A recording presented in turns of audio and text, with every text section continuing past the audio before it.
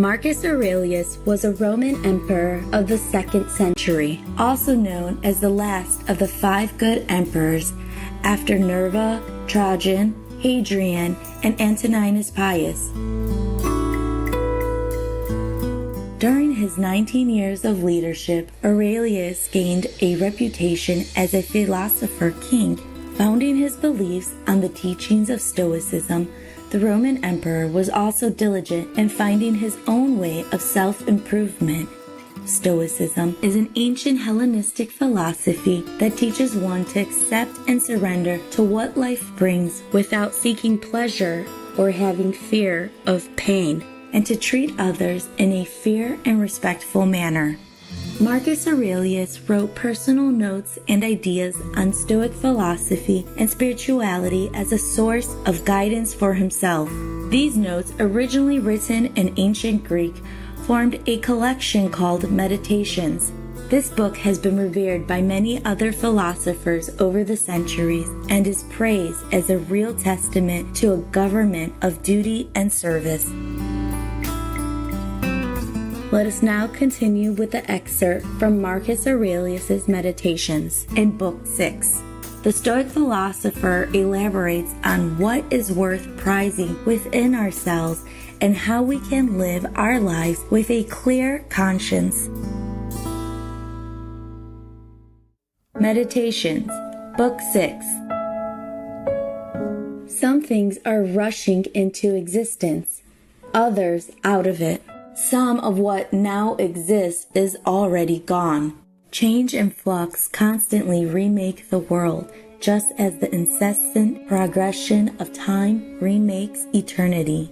We find ourselves in a river. Which of the things around us should we value when none of them can offer a firm foothold? Like an attachment to a sparrow, we glimpse it and it's gone.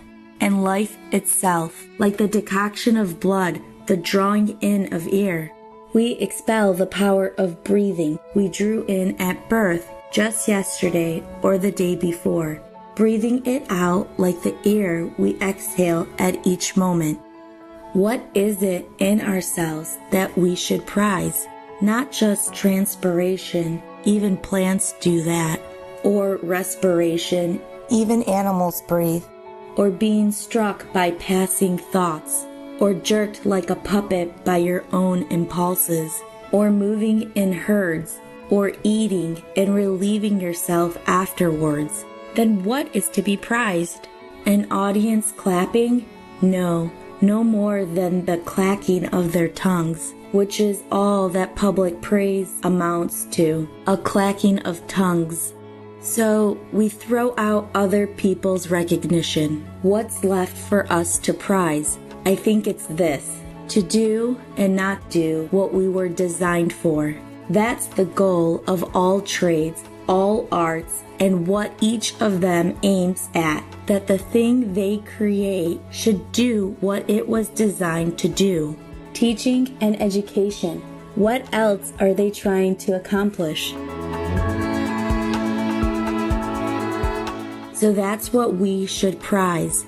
Hold on to that and you won't be tempted to aim at anything else.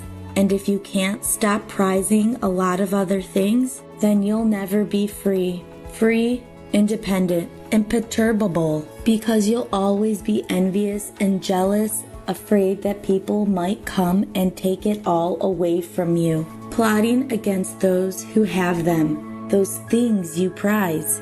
People who need those things are bound to be a mess and bound to take out their frustrations on the gods, whereas to respect your own mind, to prize it, will leave you satisfied with your own self, well integrated into your community and in tune with the gods as well, embracing what they allot you and what they ordain. The elements move upward, downward, in all directions. The motion of virtue is different, deeper. It moves at a steady pace, on a road hard to discern, and always forward. The way people behave, they refuse to admire their contemporaries. the people whose lives they share. No, but to be admired by posterity, people they've never met and never will. That's what they set their hearts on. You might as well be upset at not being a hero to your great-grandfather. Not to assume it's impossible because you find it hard. But to recognize that if it's humanly possible, you can do it too. In the ring, our opponents can gouge us with their nails or butt us with their heads and leave a bruise, but we don't denounce them for it or get upset with them or regard them from then on as violent types. We just keep an eye on them after that, not out of hatred or suspicion, just keeping a friendly distance. We need to do that in other areas. We need to excuse what our sparring partners do and just keep our distance without suspicion or hatred.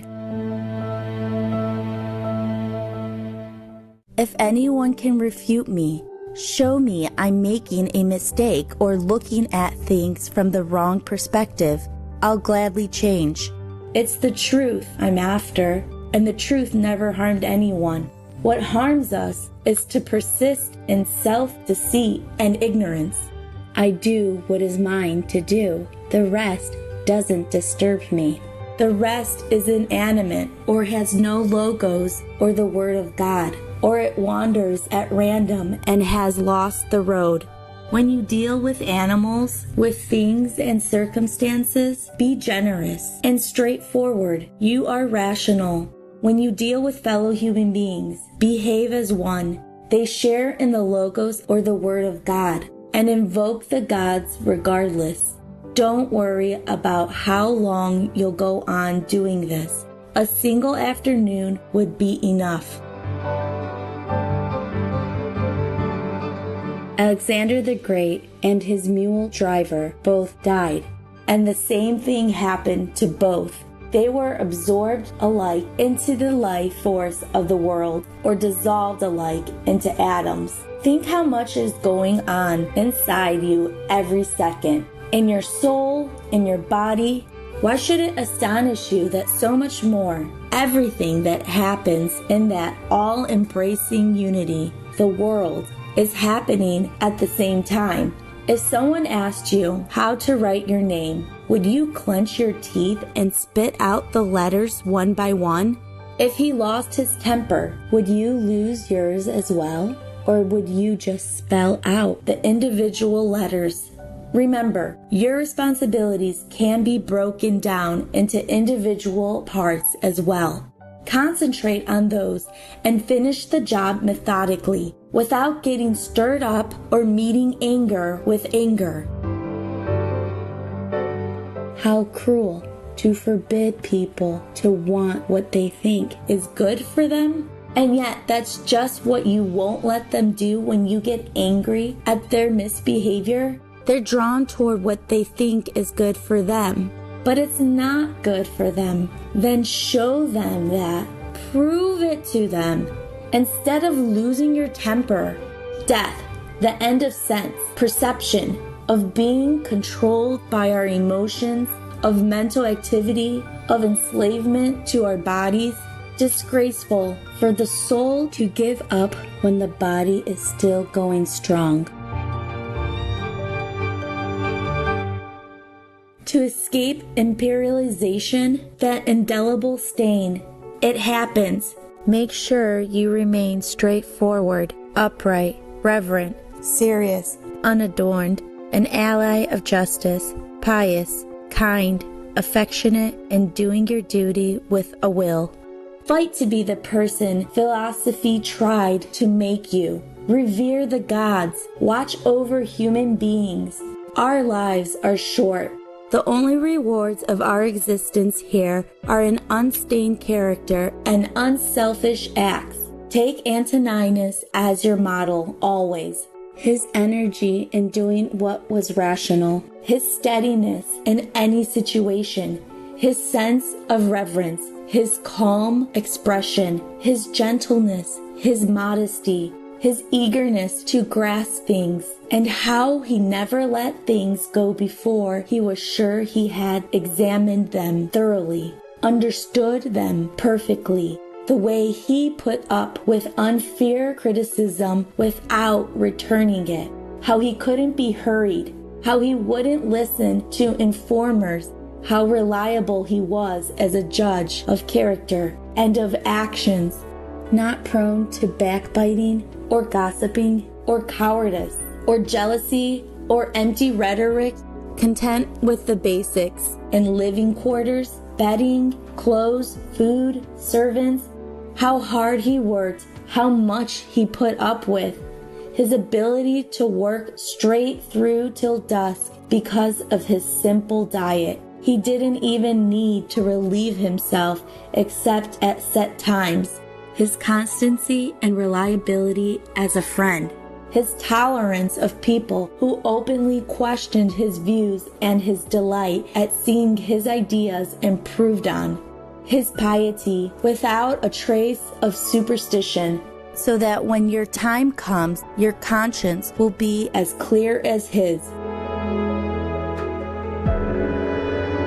Awaken. Return to yourself. Now, no longer asleep, knowing they were only dreams. Clear-headed again, treat everything around you as a dream.